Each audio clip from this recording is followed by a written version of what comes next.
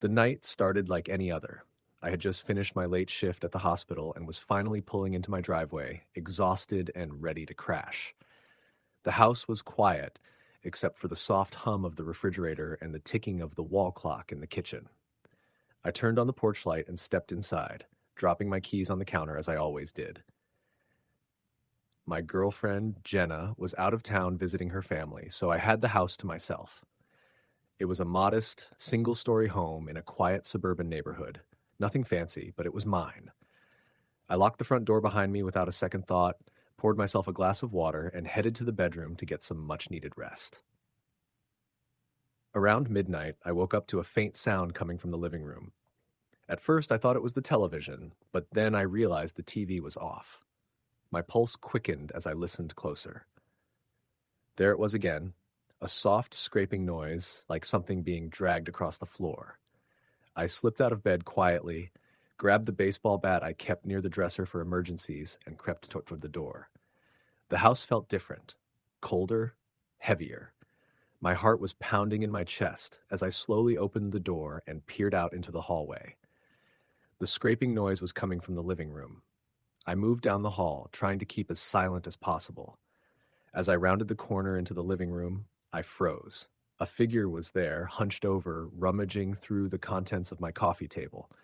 It was a man, wearing a black hoodie and jeans, his face hidden by a dark baseball cap pulled low. I shouted, "Hey, get out of my house!" He snapped his head up, and for a split second, I caught the glint of a knife in his hand. Panic surged through me, but I refused to back down. I swung the bat at him as hard as I could. He stumbled back, but recovered quickly, dropping the items he'd grabbed and lunging at me. We struggled in the cramped space of the living room. I swung the bat wildly, but he was faster than I expected. He grabbed my wrist, twisting it painfully and causing the bat to fall to the floor. I tried to break free, but he pinned me against the wall, pressing the knife to my throat. I could feel the cold steel against my skin. My breath caught in my throat. "Quiet," he hissed, "or you die." I didn't answer. I just froze, heart racing, trying to keep calm. He pushed me down to the floor, covering my mouth with his hand, and whispered, "Where's the safe?" I had one, a small, heavy-duty safe in my bedroom closet, containing some cash and important documents. I hesitated for only a moment before nodding. He stood up and shoved me to the floor, shouting, "Get the damn code." I scrambled to my feet and led him to the bedroom, terrified but trying to appear cooperative. When we got to the closet, I unlocked it and pulled open the door. The safe sat on the floor, its digital keypad blinking. "Code," he said sharply. I fumbled with the buttons, my fingers trembling. When the safe clicked open, he grabbed the contents and stuffed them into his hoodie. Suddenly, sirens wailed in the distance. He cursed under his breath, grabbed my shirt collar, and shoved me hard against the wall. "Get down!" he barked. I dropped to the floor, and he ran toward the back door. I heard the door slam and footsteps fading into the night. The police arrived moments later, lights flashing through the windows. They searched the house and took my statement. They found no forced entry, which puzzled me. The front door was locked when I came in, and there were no signs of break-in. But the back door? The police said it had been left unlocked. I realized with horror that I must have forgotten to lock it before bed. The next few days were a blur. I installed a security system, changed locks, and stayed with friends for a while. Jenna returned and was shaken by the news, and we talked about moving. But the invasion didn't end there. 1 week later, I found a note taped to my front door.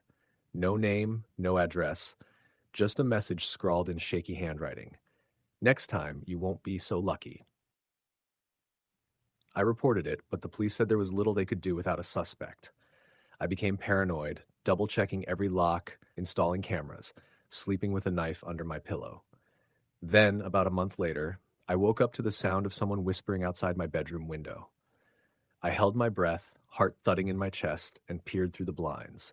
There was a man crouched by the window, staring inside. I screamed, and he ran off into the darkness. The police came again, but no one was found. That night, I didn't sleep. I stayed awake, gripping my phone, waiting for dawn.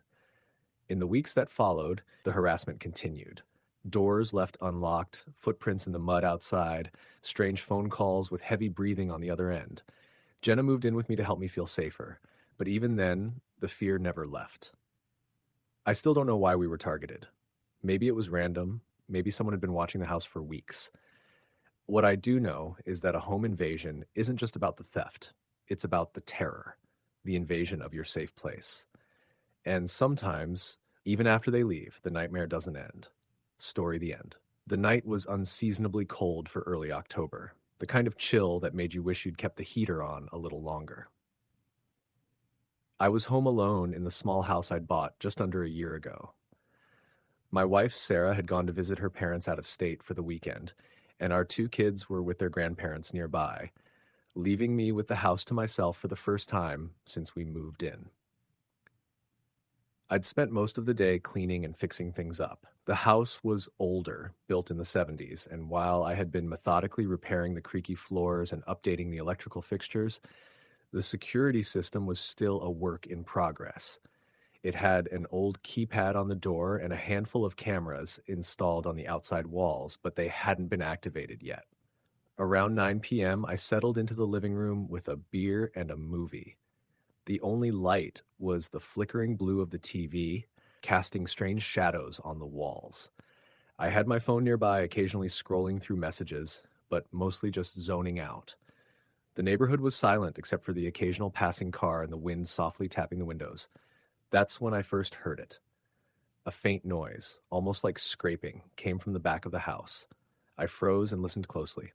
The sound came again, a slow, dragging scrape along the side of the house, near the sliding glass door leading out to the backyard. At first, I thought it might be a branch swaying in the wind or an animal, but then I heard footsteps, slow, deliberate footsteps. I set my beer down quietly and crept to the kitchen window. Peering out, I couldn't see much in the darkness.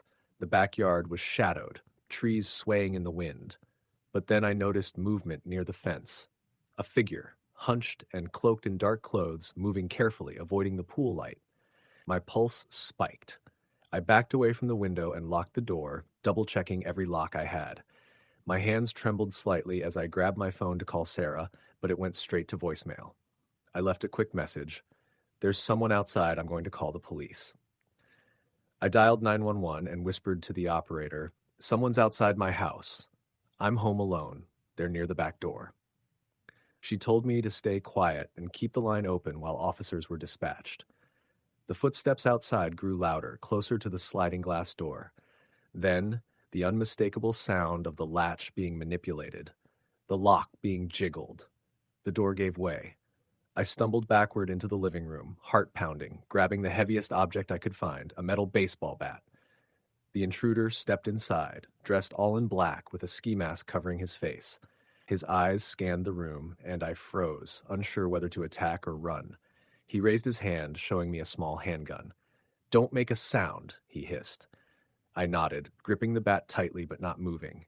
He moved toward the kitchen, rifling through drawers silently, then paused as if sensing something.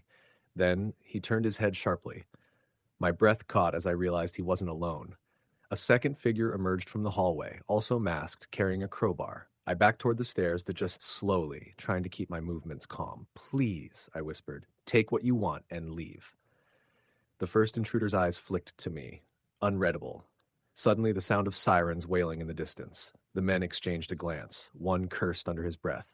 "Stay here," the first man ordered the second, who nodded and disappeared down the hallway. I heard doors creak and footsteps above, then a loud crash, something heavy falling. My mind raced. I needed to get out. I edged toward the front door but realized it was locked from the outside. Panic surged. Footsteps thudded down the stairs. The second man appeared, crowbar raised. "Stay still," he shouted. I dropped the bat and raised my hands. "Please, I'm not going to call the cops," I said quickly. He laughed bitterly.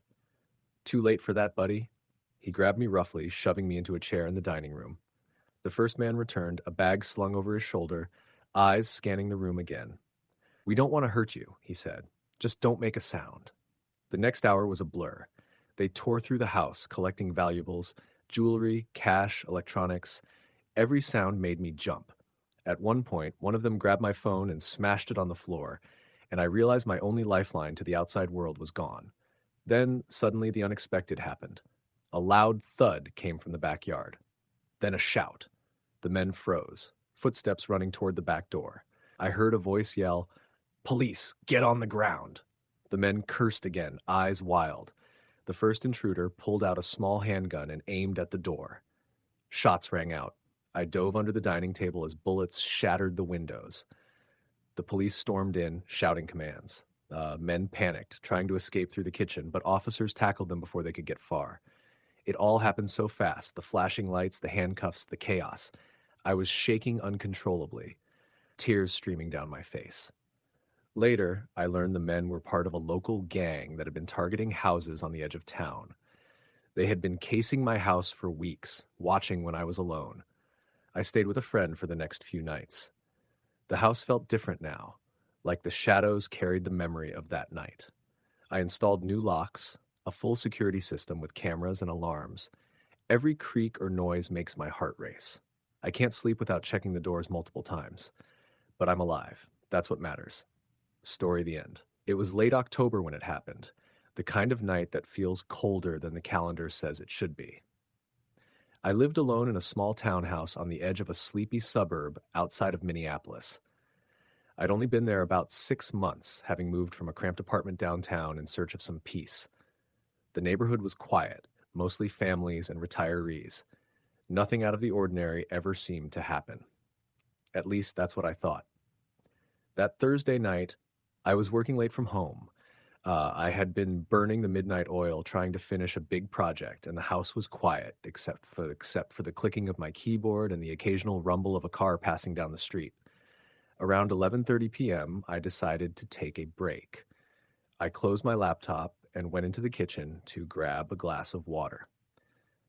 The overhead light flickered a bit, but I didn't think much of it. The house was old and the wiring wasn't great. As I sipped my water, I heard a faint noise coming from the back door. It was a soft scraping sound, like metal against wood. My stomach tightened. I moved cautiously toward the sliding glass door that led to the backyard. The moonlight outside was just bright enough to show the silhouette of the garden, but nothing seemed out of place. I locked the door anyway and went back to my living room. The TV was off, and the only light was from a small lamp by the couch. I sat down and tried to shake the feeling that someone was watching me. I told myself it was probably just a branch scraping against the door or an animal outside. About 20 minutes later, I heard it again. This time it was louder, an unmistakable sound of something being jiggled. I froze. The back door handle rattled. Someone was trying to open it. I wanted to scream or run, but I was paralyzed with fear. I grabbed my phone and dialed 911. I whispered my address and told the dispatcher what was happening. She assured me officers were on the way and told me to stay quiet and find a safe place. I moved quietly into my bedroom, locking the door behind me. The bedroom had a heavy wooden door with a deadbolt, and I pushed a dresser against it for extra security. I crouched near the window, watching as the shadows in the backyard shifted. The sliding door handle rattled again. Then the lock clicked. The door began to slide open. The air chilled instantly as the door moved aside just a few inches. My heart pounded so loud I was sure whoever was outside could hear it. I pressed myself against the wall and gripped a baseball bat I kept by the bed. Then the door stopped. I held my breath. The intruder's hand appeared in the gap, a gloved hand. Slowly, a dark figure slipped through the opening. I wanted to run, but my legs wouldn't move. He was wearing a black hoodie, jeans, and a mask that covered his face, leaving only his eyes visible. He didn't say a word. He just moved silently across the room. I backed away until I hit the wall. He reached into his pocket and pulled out a knife. I whispered a prayer, hoping help would arrive soon. He moved toward the dresser, blocking the door. Suddenly, a loud crash came from downstairs. I don't know if it was the front door being kicked in or a window breaking, but it startled the intruder. He paused, then ran back toward the sliding door. I heard footsteps pounding down the stairs. 2 police officers burst into the room, guns drawn. "Get down! Get down on the floor!" I dropped to my knees as the intruder bolted through the backyard.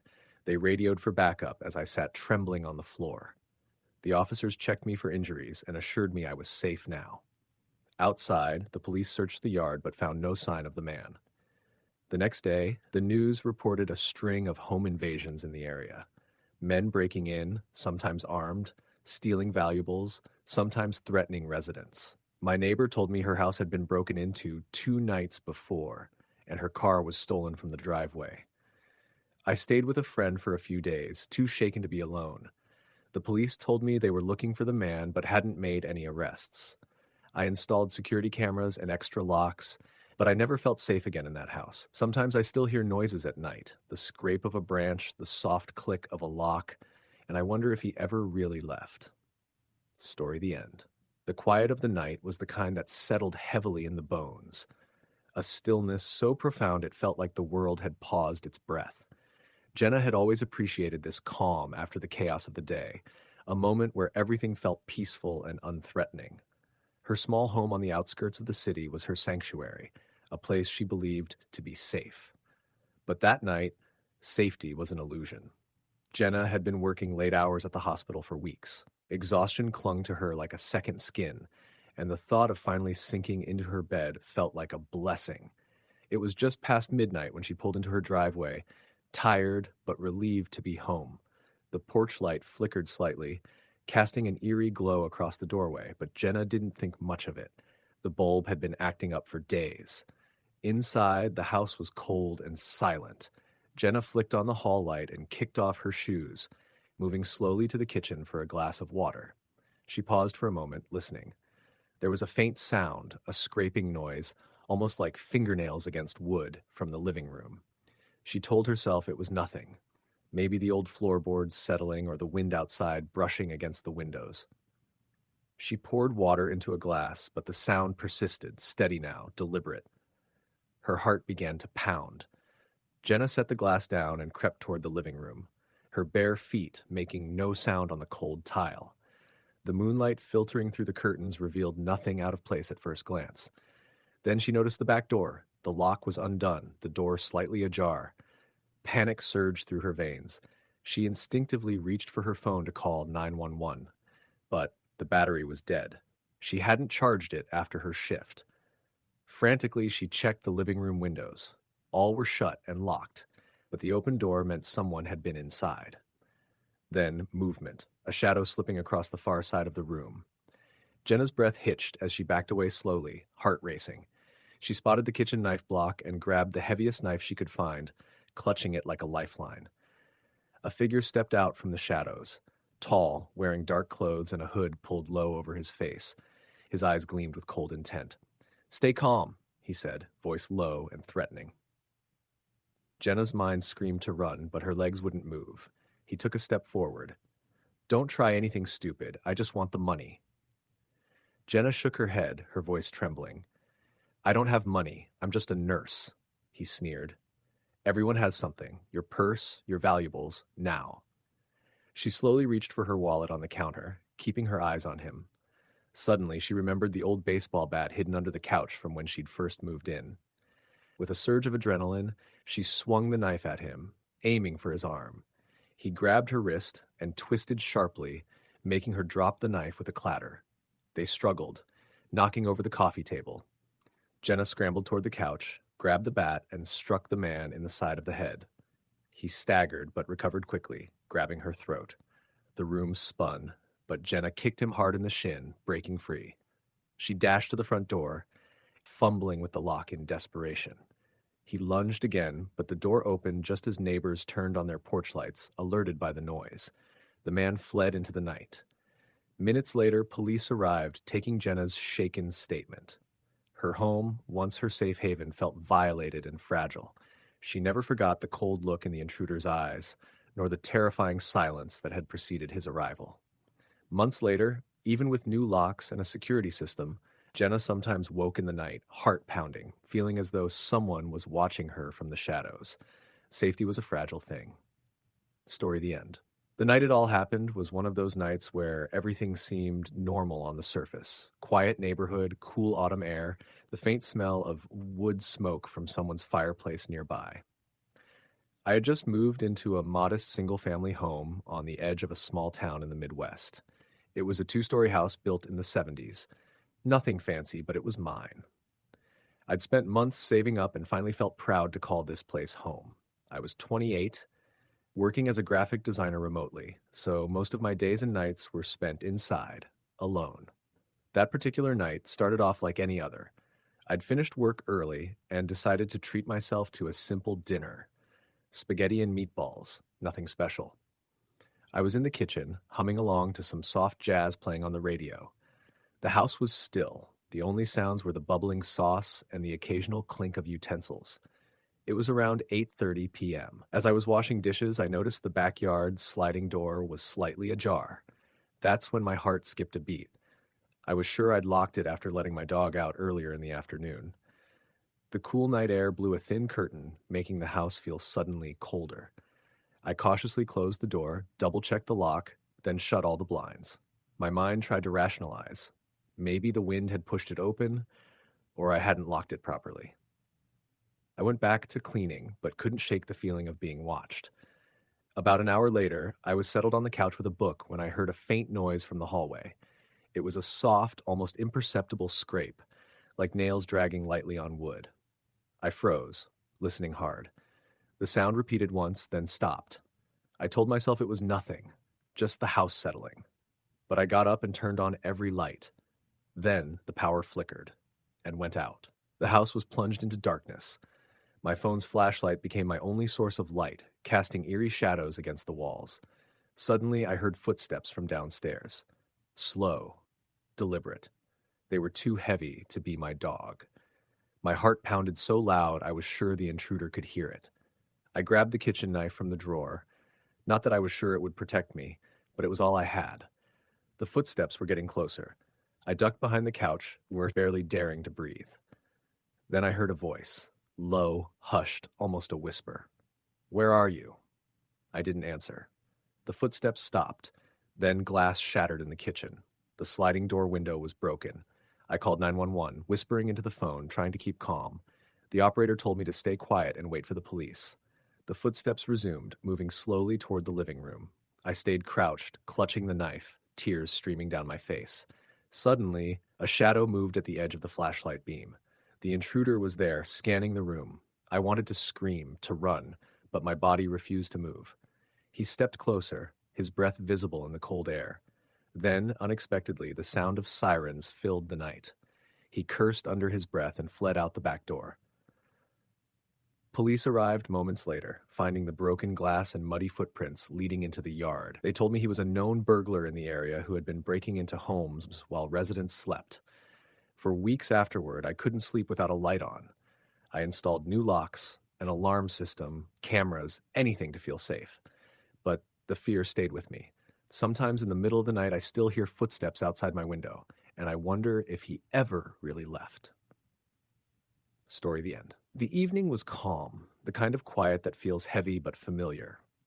I had just finished dinner alone in my small suburban home, the kind of place where everyone knows your name and strangers are rare. My wife and kids were out of town visiting family for the weekend, so the house was completely mine. I was looking forward to a peaceful night, maybe catch up on some reading or watch a movie. The sun had set hours ago, and darkness settled like a thick blanket over the neighborhood. The streetlights flickered intermittently, casting long shadows across the empty sidewalks. Inside, the house smelled faintly of the dinner I had cooked, roast chicken and herbs. The silence was comforting, broken only by the occasional hum of the refrigerator and the ticking of the wall clock. I was in the living room, flipping through channels, when I heard it, a faint, irregular noise coming from the back of the house. At first, I thought it was just the wind, or maybe a branch brushing against the siding.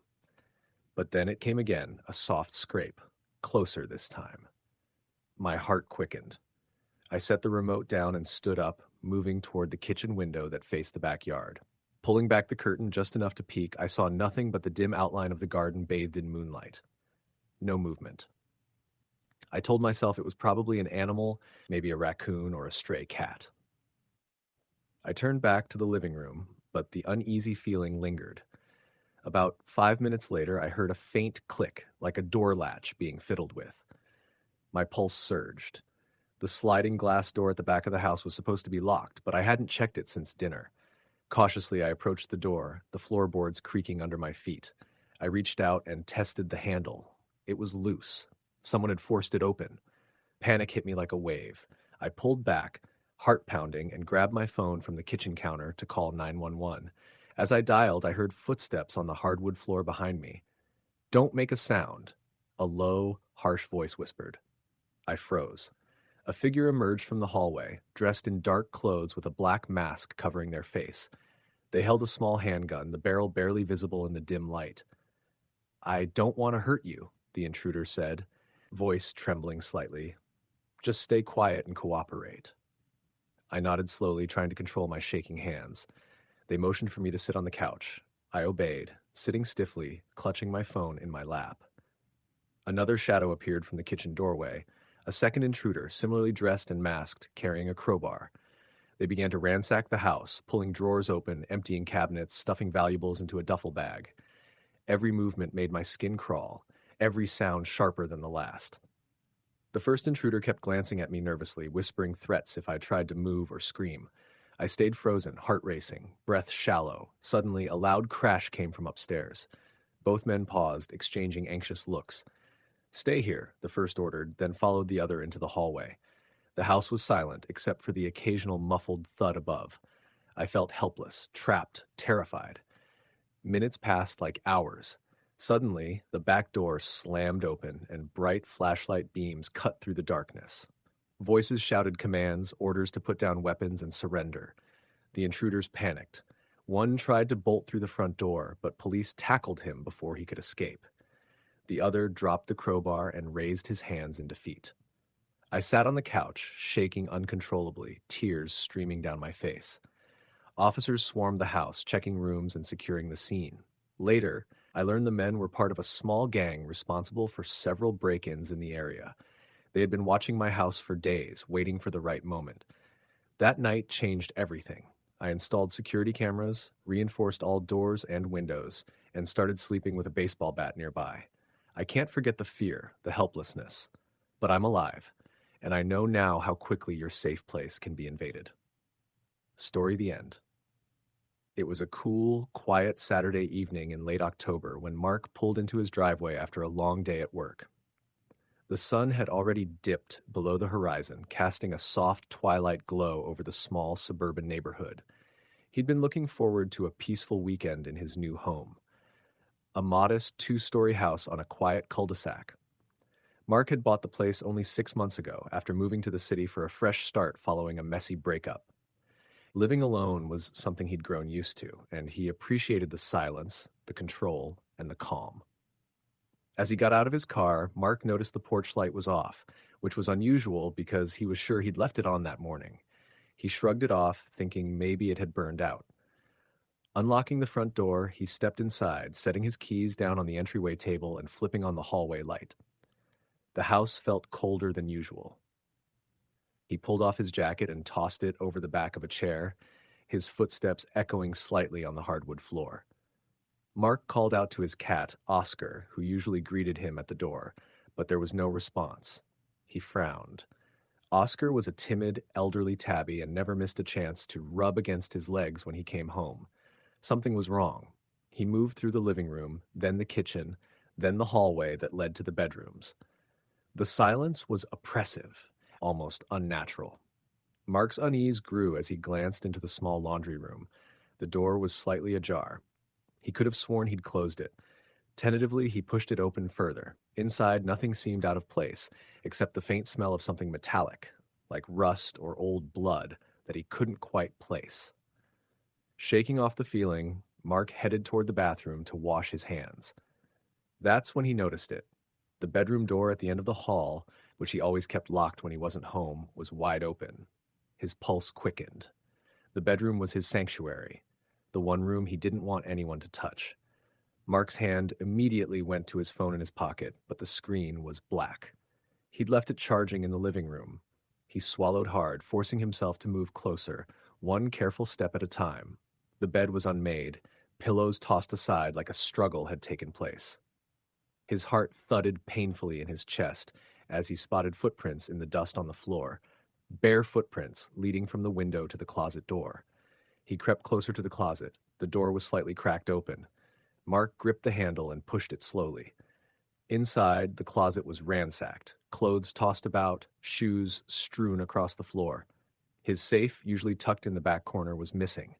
Adrenaline surged. Mark realized this wasn't just a break-in. Someone had been inside while he was away. He backed out of the room and grabbed a baseball bat from the hallway closet, the weight comforting in his hands. He called 911 on his phone and explained the situation, but the dispatcher warned that officers might take some time to arrive.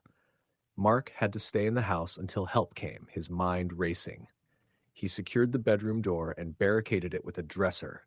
Then he retreated to the kitchen, locking the door behind him.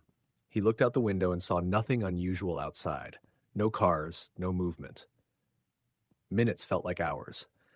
Suddenly, a loud crash came from the living room. Mark's blood ran cold. Someone was still inside.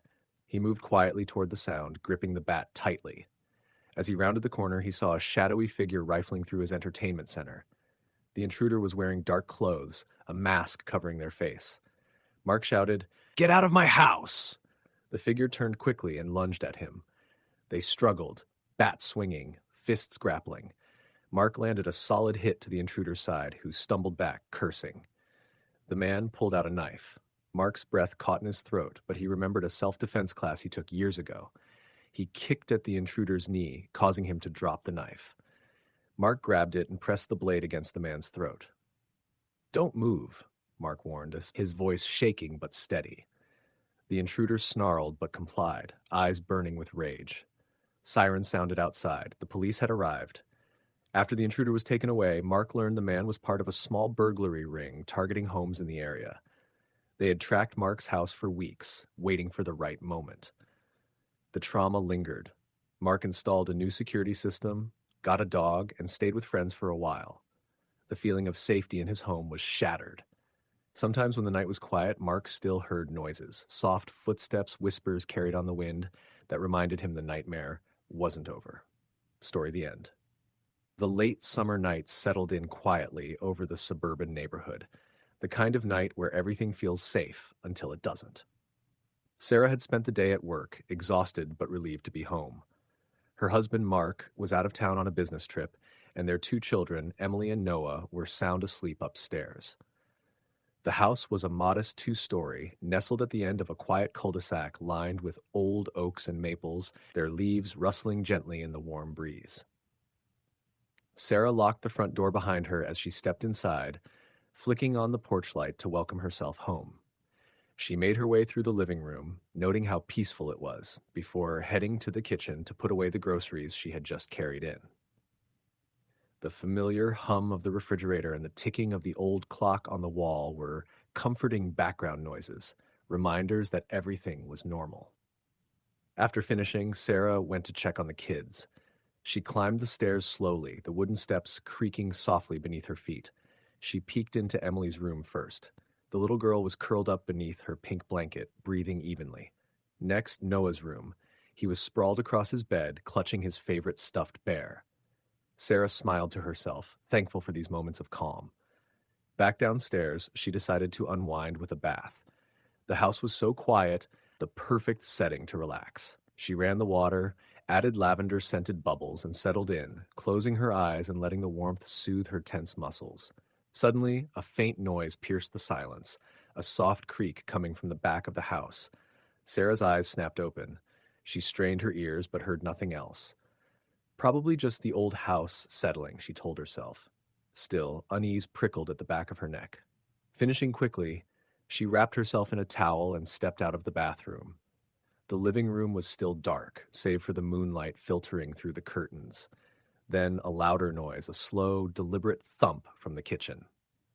Heart pounding, Sarah grabbed her phone from the bathroom counter. No signal. Her breath caught in her throat. She moved silently toward the kitchen doorway, peering into the shadows. A figure lurked near the back door, dressed in dark clothing, face obscured by a hood. "Who's there?" she whispered, but the figure didn't respond. Instead, it slipped further inside, moving with practiced stealth. Panic surged. She backed away slowly, retreating toward the stairs to wake the children and call for help. The intruder followed, footsteps muffled but unrelenting. Sarah reached her bedroom and locked the door. breath ragged. She called 911, whispering her address, barely able to keep the fear from overwhelming her. The intruder started pounding on the door, voice low and menacing. "Don't make this harder than it needs to be." Sarah grabbed the baseball bat she kept under the bed, waiting for the police. Time stretched endlessly as the pounding grew louder. Suddenly, the door splintered. The man burst in, grabbing Sarah by the arm. She swung the bat with all her strength, connecting with his head. He stumbled, giving her the chance to break free and sprint to the hallway where the kids slept. She woke Emily and Noah, grabbing their hands tightly. Together, they ran to the bathroom, locking the door behind them. The intruder's footsteps grew nearer, then stopped outside. They heard breathing, scratching at the lock. Minutes later, flashing blue and red lights filled the windows. Police shouted commands and subdued the man. Shaking, Sarah held her children close. The safe life she'd taken for granted had shattered in a single night. Afterwards, she learned the man had a history of break-ins, stalking families in quiet neighborhoods. The thought that he had been inside her home, watching her children sleep, haunted her. It took months for the fear to fade, but Sarah never stopped locking her doors, never stopped watching over her family. Safety was fragile. The silence could break at any moment. Story, the end.